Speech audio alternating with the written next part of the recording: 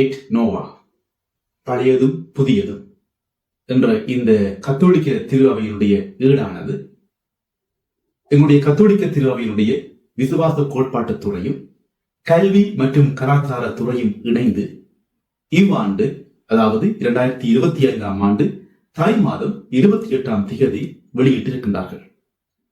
திரு அவையினுடைய ஈடுகள் என்று பார்க்கின்ற போது அதில் பல்வேறு விதமான ஈடுகளை நாங்கள் உள்ளடக்க முடியும். அந்த வகையில இந்த ஈடானது எங்களுடைய வத்திக்கானில் இருக்கின்ற அலுவலகங்களினால், துறைகளினால் வெளியிடப்படுகின்றது. இந்த ஈடுகள் என்ன செய்கின்றது என்றால், எங்களுடைய நிகழ்கால பிரச்சனைகள், சவால்களை பற்றி பேசுகின்றது. அதில திரு அவையினுடைய படிப்பினைகளை பற்றி தெளிவாக விளக்கி நிற்கின்றன.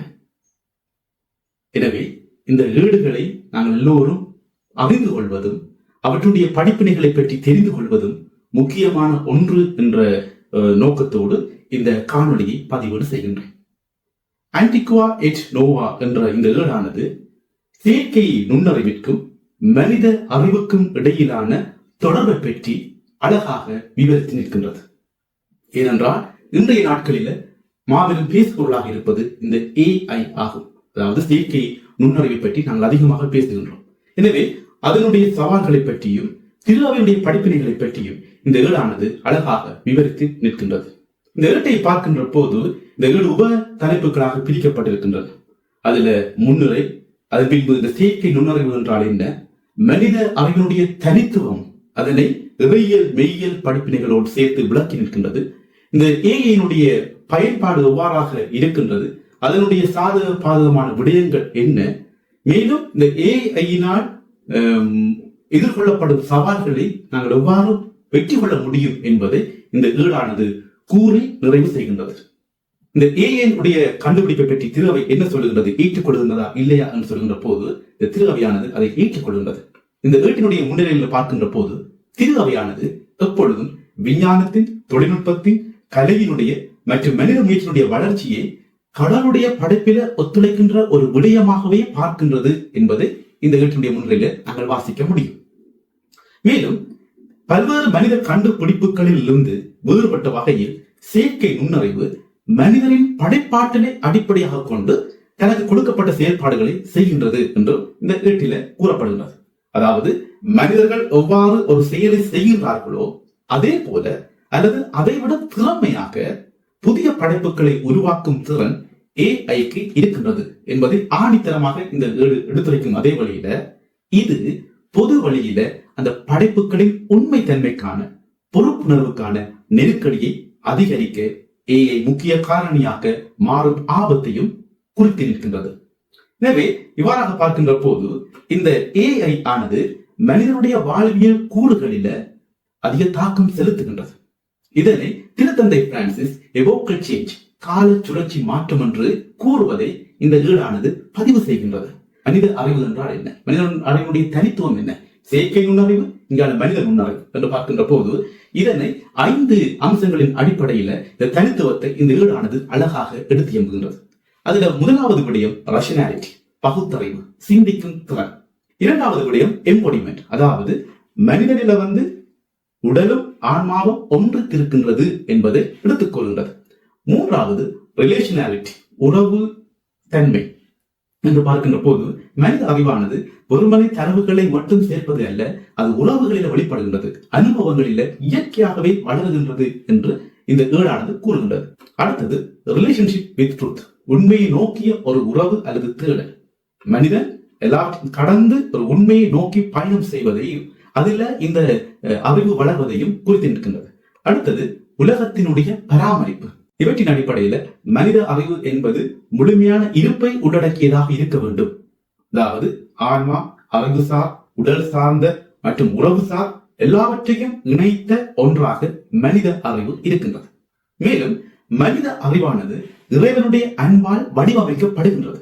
உறவுகளை பார்க்கின்ற போது மற்ற தொழில்நுட்ப கருவிகளைப் போலவே ஏஐயும் மனித குடும்பத்திற்குள் உறவுகளை மேம்படுத்தும் திறன் கொண்டுள்ளது. ஆனா இங்க இருக்கிற என்ன பிரச்சனை என்றால் பார்க்கின்ற போது அது உண்மையான அனுபவங்களை எதிர்கொள்ளும் திறனை குறைத்து இறுதியில மனிதனுடைய ஆழ்ந்த மற்றும் மனவேதனையான திருப்தியின்மையை உருவாக்கவோ அல்லது தீங்கான தனிமை உணர்வை ஏற்படுத்தவோ செய்யக்கூடும் என்று கூறப்படுகின்றது. இதுல அடுத்த முக்கியமான விடயம் என்னவாக இருக்கின்றது என்றால் anthropomorphizing, மனித ரூபப்படுத்தல். அதாவது சில பொருட்களுக்கு மனித அம்சங்களை புகுத்துதல். இது ஏஐயினால் ஏற்படுத்தப்படுகின்ற ஒரு பிரச்சனை ஆகும். அடுத்தது பொருளாதாரத்தை பொறுத்தவரையில பல்வேறு விதமான புதுமைகளை இந்த ஏஐ ஆனது செய்கின்றது. குறிப்பாக விற்பனை, சந்தைப்படுத்தல், போக்குவரத்து, தொழில்நுட்ப முன்னேற்றம், விதிகளை பின்பற்றுதல், அபாயங்களை கணித்தல் போன்ற பல்வேறு நோக்கங்களுக்காக இந்த ஏஐ பயன்படுத்தப்படுகின்றது. அதில் ஒரு முக்கியமான சவால் என்னவென்றால் இங்க பாகுபாடுகள், ஏழ்மை, எண்ணின்ம இடைவெளி, டிஜிட்டல் டிவைட் என்று சொல்கின்ற போது தகவல் தொழில்நுட்பத்தினால் ஏற்படுகின்ற ஏற்றத்தாழ்வுகள், ஒரே இடத்தில் அதிகாரத்தை குவிக்க உதவுதல், ஒரு நிறுவனத்திற்கு ஆதரவாக கருத்துக்களை உருவாக்குதல் போன்ற எதிர்ப்பதங்களுக்கும் பயன்படுத்தப்படும் ஆபத்து இருக்கின்றது என்று கூறுகின்றது. இந்த ஏஐ ஆனது வேலை என்று பார்க்கின்ற போது இது உற்பத்தி திறனை ஊக்குவிக்க, புதிய வேலைகளை உருவாக்க, உழைப்பாளர்களுக்கு புதிய மற்றும் படைப்பாற்றல் கொண்ட பணிகளில் கவனம் செலுத்த மற்றும் புதிய கண்டுபிடிப்புகளுக்கும் படைப்பாற்றலுக்கும் புதிய அனுபவங்களை தர ஏஐக்கு திறன் இருக்கின்றது. ஆனால் இதுல ஒரு முக்கியமான விடயம் என்னவாக இருக்கின்றது என்றால் தொழிலாளர்கள் இயந்திரங்களுடைய வேகத்திற்கு ஏற்ற முறையில அவர்கள் வேலை செய்ய வேண்டும். இயந்திரங்கள் சொல்வதைத்தான் செய்ய வேண்டும் என்று இருக்கின்ற போது இந்த தொழிலாளர்களுடைய தன்னாட்சி உரிமையும் அவருடைய படைப்பாற்றலும் இங்க குறைக்கப்படுகின்றது என்பதை சுட்டிக்காட்டுகின்றது. மேலும் இங்கு வேலையில்லா பிரச்சனைகளும் எழுகின்றது என்று சொல்லப்படுகிறது. மருத்துவத்தை பார்க்கின்ற போது நோய்களை அறிதல், மருத்துவ பணியாளர்களுக்கும் நோயாளர்களுக்கும் இடையில் உறவுகளை எளிமைப்படுத்தல், புதிய சிகிச்சைகளை வழங்குதல் மற்றும் தரமான சிகிச்சைக்கு அணுகலை விரிவாக்குதல் போன்ற பல்வேறு விதமான அம்சங்களை இந்த மருத்துவத்துறையில இந்த ஏஐ உதவி செய்கின்றது. கல்வியிலும் பல்வேறு விதமான புதுமையான ஒரு அணுகலை இந்த ஏஐ ஆனது புகுத்துகின்றது. கல்வியானது வெறுமனே தரவுகளை மட்டும் சேர்த்து வைப்பது அல்ல. ஆசிரியர் மாணவர்களுக்கு இடையிலான உறவு வலுப்படுத்தப்பட வேண்டும், அவர்கள் தேட வேண்டும், அதனூடாக நல்ல அனுபவங்களை பெற வேண்டும். அதனூடாக இந்த கல்வி, அவர்களுடைய அறிவு இன்னும் விரிவாக்கப்படும் என்பதை இந்த ஏழானது கூறுகின்றது.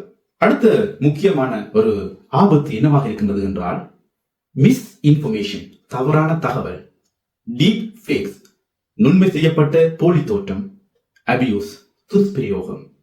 அதாவது இந்த ஏஐயினால் தவறான தகவல்களை உருவாக்கும் ஆபத்து இருக்கின்றது. இது உண்மையை ஒத்திருப்பதால் மக்களை எளிதில் தவறாக வழிநடத்தக்கூடும். இதன் மூலம் தனிநபர்கள் அல்லது நிறுவனங்கள் மக்களை ஏமாற்றுவதற்காக அல்லது சேதம் விளைவிப்பதற்காக உண்மைக்கு புறம்பான தகவல்களை உருவாக்கி பரப்பலாம்.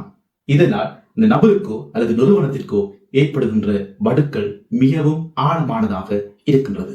எங்களுடைய சுற்றுச்சூழல் பராமரிப்பை பார்க்கின்ற போது ஏஐ ஆனது பல்வேறு விதங்களில உதவி செய்கின்றது.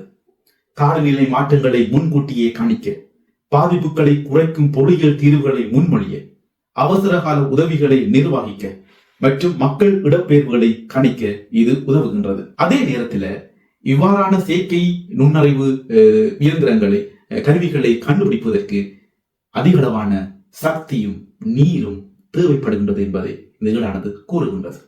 இதனால் கார்பன் டை ஆக்சைடினுடைய செறிவு அதிகரிக்கவும் காரணமாக இருக்கின்றது. நிறைவாக நாங்கள் என்ன செய்ய வேண்டும் என்று பார்க்கின்ற போது இந்த ஏழானது கூறுகின்றது தனிநபர்கள், குடும்பங்கள், சமூக அமைப்புகள், நிறுவனங்கள், அரசுகளும் சர்வதேச அமைப்புகளும் அவர்களின் நிலைகளில் முயற்சி செய்து ஏஐ அனைவருக்கும் நன்மை பயக்கும் வகையில் பயன்படுத்தப்படும் என்பதை உறுதிப்படுத்த வேண்டும் என்று கோரிக்கை விடுக்கின்றது.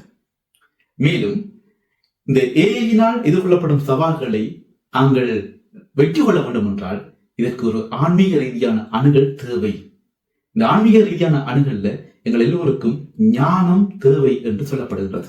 இதயத்தினுடைய ஞானம் என்று இந்த ஏடு திரும்ப திரும்ப எடுத்துரைக்கின்றது.